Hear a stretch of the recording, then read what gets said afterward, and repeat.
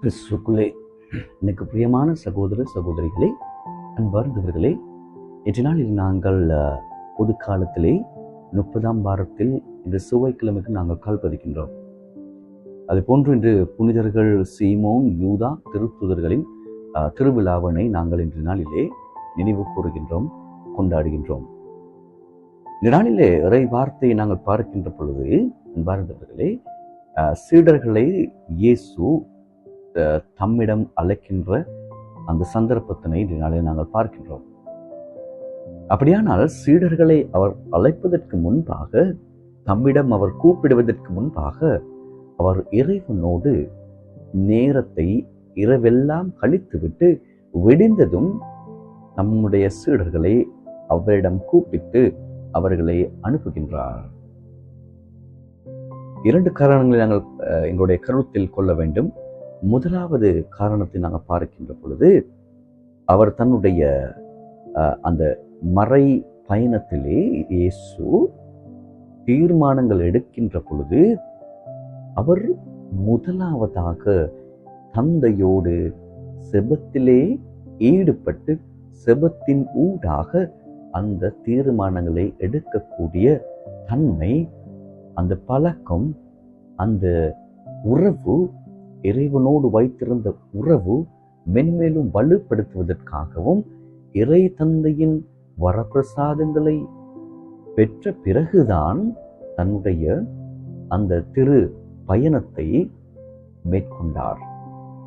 முதலாவதாக இறைவனோடு தொடர்பு கொள்ளுகின்றார், இறைவனுடைய அந்த ஆசீர்வாதத்தை பெற்றுக் கொள்ளுகின்றார், தூய ஆவியின் வழிகாட்டுதலை பெற்றுக்கொண்டு தன்னுடைய சீடர்களை அழைத்து தம்மிடம் கூப்பிட்டு அவர்களை அனுப்புகின்றார், வெவ்வேறு பகுதிகளுக்கு நற்செய்தியை போதிப்பதற்காக.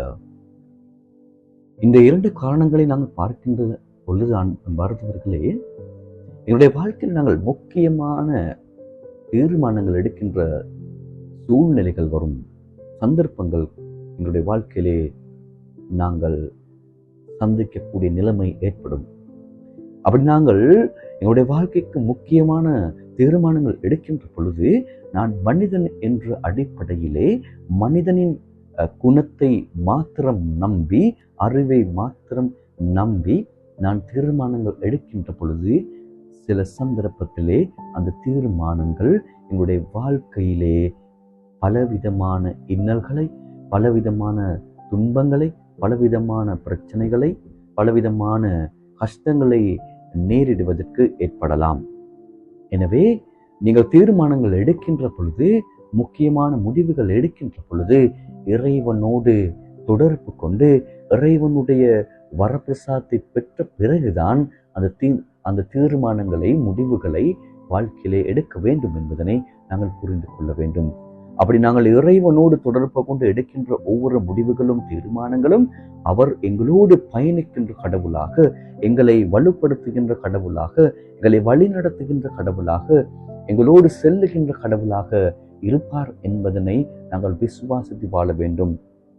அவருடைய முடிவில்லா அன்பு எங்களோடு என்றும் இருக்கின்றது என்ற விசுவாசம் எங்களுக்குள்ளே ஏற்படுத்தி கொண்டு நாங்கள் வாழ வேண்டும் என்பதனை இன்று நாளிலே வார்த்தை அழைத்து நிற்கின்றது. இந்த வார்த்தையை எங்களுடைய வாழ்க்கையிலே நாங்கள் அடிப்படையாக கொண்டு அதன் ஊடாக வாழ்வதற்கு இந்த நாளிலே இறைவனிடத்திலே மன்றாடுவோமா.